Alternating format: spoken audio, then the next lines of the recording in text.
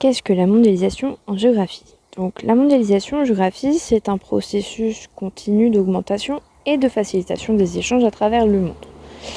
Concrètement, qu'est-ce qu'on va s'échanger à travers le monde? Ça va être, tout d'abord, on va avoir des flux de marchandises, de biens, tout ce qui va vraiment être matériel. Et donc, ça va être aussi bien des toutes petites pièces pour construire un ordinateur, ça va être des fruits, des légumes, aussi du cacao, enfin tout ce qui va vraiment être matériel.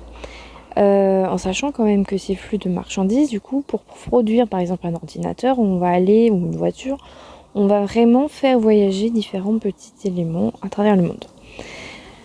On va voir un autre type de flux, ça va être des flux donc, de personnes, donc aussi bien des touristes qui tout simplement vont en voyage, en vacances à l'autre bout du monde, ce qui est facilité par l'avion, le bateau ou autre.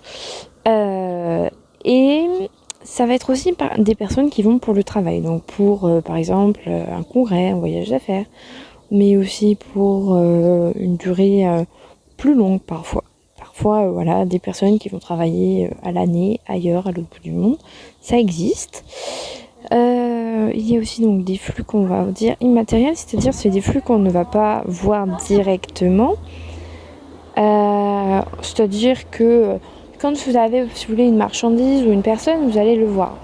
Maintenant, si on dit quelque chose d'immatériel, vous n'allez pas le voir forcément directement, comme par exemple des échanges d'argent. On peut faire des virements bancaires d'un bout à l'autre du monde sans problème. Les réseaux sociaux, vous pouvez communiquer avec quelqu'un qui est à l'autre bout du monde aussi. Donc ça va être tout ce qui va être flux immatériel.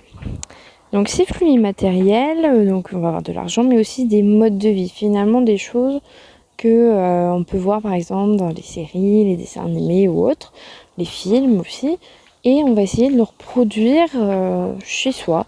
Alors que donc du coup finalement c'est des modes de vie qu'on n'avait pas forcément au départ, qui vont donc s'exporter à travers le monde, et du coup ça fait partie aussi de la mondialisation.